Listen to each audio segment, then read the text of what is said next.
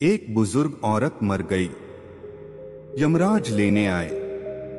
औरत ने यमराज से पूछा, आप मुझे स्वर्ग ले जाएंगे या नरक? यमराज बोले, दोनों में से कहीं नहीं। तुमने इस जन्म में बहुत ही अच्छे कर्म किए हैं, इसलिए मैं तुम्हें सीधे प्रभु के धाम ले जा रहा हूँ। बुजुर्ग औरत खुश हो गई और बोली, धन्यवाद, पर मेरी आपसे एक विनती है।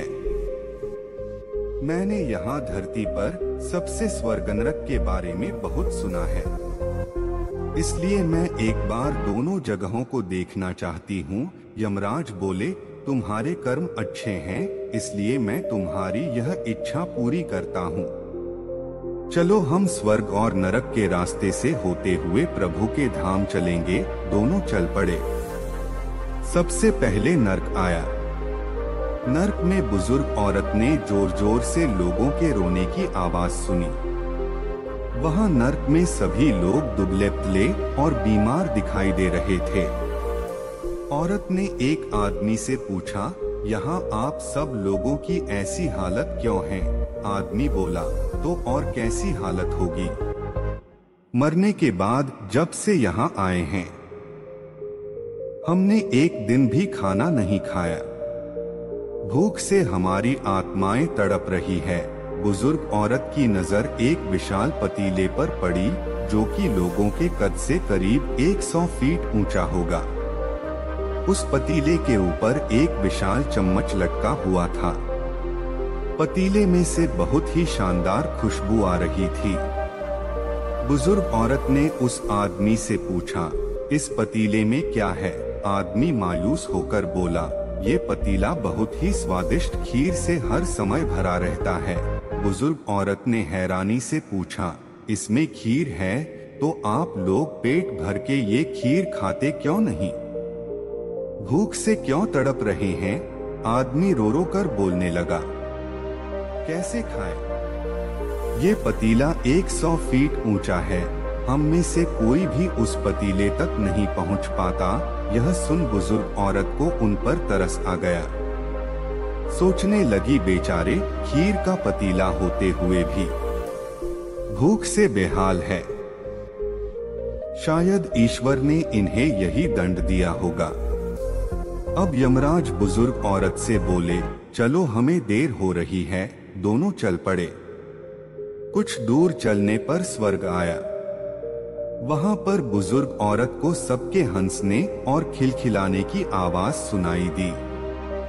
सब लोग बहुत खुश दिखाई दे रहे थे। उनको खुश देखकर बुजुर्ग औरत भी बहुत खुश हो गई। पर वहां स्वर्ग में भी बुजुर्ग औरत की नजर वैसे ही 100 फीट ऊंचे पतीले पर पड़ी जैसा नरक में था। उसके ऊपर भी वैसा ही चम्मच रखा हुआ था। बुजुर्ग औरत ने वहां लोगों से पूछा, इस पतीले में क्या है? स्वर्ग के लोग बोले, इसमें बहुत ही स्वादिष्ट खीर है। बुजुर्ग औरत हैरान हो गई और उनसे बोली, पर ये पतीला तो 100 फीट ऊंचा है, आप लोग तो इस तक पहुंच ही नहीं पाते होंगे। उस हिसाब से तो आप लोगों को खाना मिलता ही नहीं होगा। आप लोग भूख से बेहाल होंगे। पर मुझे तो आप सब बहुत खुश लग रहे हो, ऐसा कैसे? इनमें से एक व्यक्ति बोला, हम सब लोग तो इस पतीले में से पेट भरकर खीर खाते हैं। औरत बोली, पर कैसे? पतीला तो बहुत ऊंचा है। व्यक्ति बोला, तो क्या हो गया, पतीला ऊंचा है तो यहाँ पर कितने सारे पेड़ हैं। हमने इन पेड़ों की लड़की ली, उसको काटा और एक विशाल सीढ़ी का निर्माण किया। उस लकड़ी के सीढ़ी के सहारे हम पतीले तक पहुंचते हैं और सब मिलकर खीर का आनंद लेते हैं। बुजुर्ग औरत यमराज की तरफ देखने लगी। यमराज मुस्कुराए और बोले, ईश्वर ने स्वर्ग और नरक मनुष्य के हाथ में सौंप रखा है। चाहे तो अपने लिए नरक बना ले, चाहे तो अपने लिए स्वर्ग। ईश्वर ने सबको एक समान हालातों में डाला है। उसके लिए उसके सभी बच्चे समान हैं। वह किसी से भेदभाव नहीं करता। वहाँ नर्क में भी पेड़ पौधे सब थे, पर वह लोग खुद ही आलसी हैं। उन्हें खीर हाथ में ही चाहिए। वह कोई कर्म चाहते, कोई मेहनत नहीं करना चाहते। इसलिए भूख से बेहाल है, क्योंकि यही तो ईश्वर की बनाई इस दुनिया का नियम है। जो कर्म करेगा, मेहनत करेगा, उसी को मीठा फल खाने को मिलेगा। स्वर्ग के सपने छोड़ दो, नर्क का डर छोड़ दो। बस आपकी वजह से किसी का दिल न दुखे, इतना सोचो और बाकी सब कुदरत पर छोड़ दो।